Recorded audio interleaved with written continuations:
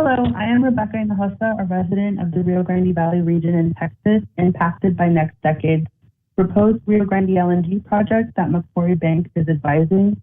Our community has made it clear that we oppose Rio Grande LNG. Our communities have passed anti-LNG resolutions, are legally challenging the project, and have stopped 2 overseas customers in Ireland and France that would have imported gas from Rio Grande LNG.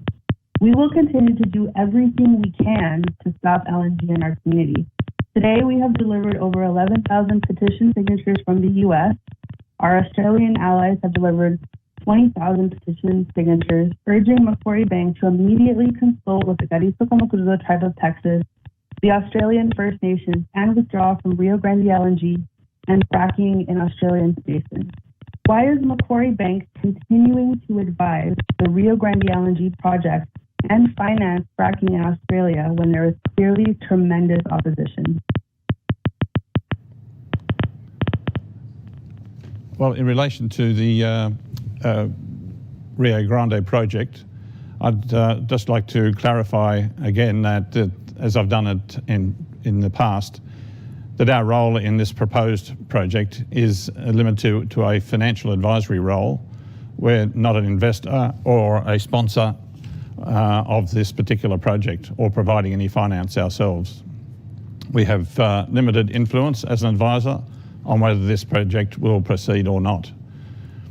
Having said that, given the concerns raised previously, we have continued to engage with Next Decade, who are the sponsor and promoter of this project, and our client, on environmental and social issues above and beyond which would normally be expected for a financial advisor. This includes an understanding of the client's compliance with the relevant standards, including engagement with under the Equator Principles, which include robust standards for traditional landowners, labour standards, and consultation with local communities. We've also engaged directly, and that includes me personally, with the community groups to listen to their concerns, and we have relayed those concerns to Next Decade. In relation to the Northern Territory fracking issue, Shamara, perhaps you might answer that. Yeah, I'm happy to speak. I think that was a question just generally in relation to fracking, and what I might say as a precursor to that is that we at Macquarie, as you know, have been very committed to addressing climate change for a very long time. We started first investing in renewable energy projects in 2005, and since 2010 we've invested $63 billion, or arranged that amount, as well as invested. And for every dollar of investment, as Peter said, in conventional energy, we have $6.64 we invest in renewable energy. And it's not just in energy, we're also working in transport, in the electrification of transport, in agriculture through precision agriculture, farming techniques, etc., to reduce emissions. Now, having said that, we recognise that we cannot get to where we need to get to overnight. It's got to be an orderly transition to get to the path we want to achieve, and that this orderly transition, particularly in energy, we can't move overnight to, for example, a solar and wind-fired energy system, because we will have all sorts of disruption happen from that, from the intermittency with blackouts, price surges, potentially job losses. Now, in terms of the transition fuels we use for firming, gas is obviously a much lower emission fuel than coal and even than oil. And we're finding now, in the US, which has become an exporter of the gas, 2/3 of the gas is produced from fracking. That gas is now being exported to developing countries and replacing coal. So it's playing a very important role in the climate transition, be it gas from here or from Australia. I don't think the question was specifically in relation to a fracking project where we have a small shareholding in Australia, but if it is, happy to answer that, but I might stop there for now, Peter.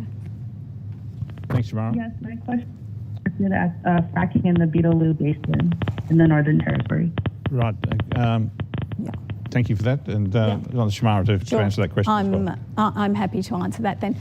Yes, we are involved as an investor, a small investor, sub 5%, in a company called Empire Energy that is undertaking a shale gas project in the Northern Territory.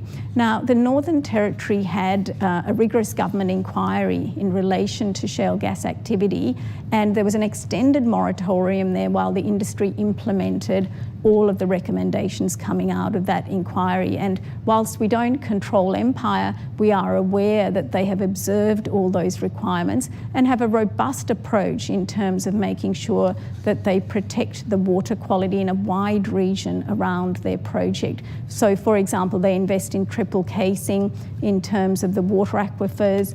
They also do ongoing monitoring of upstream and downstream water to ensure quality of the water. So we're comfortable that, as I said, there's need for shale gas in this transition that we're all trying to support, and that Empire is a responsible investor in terms of observing the environmental implications as they work to deliver this firming source of energy, being the shale gas.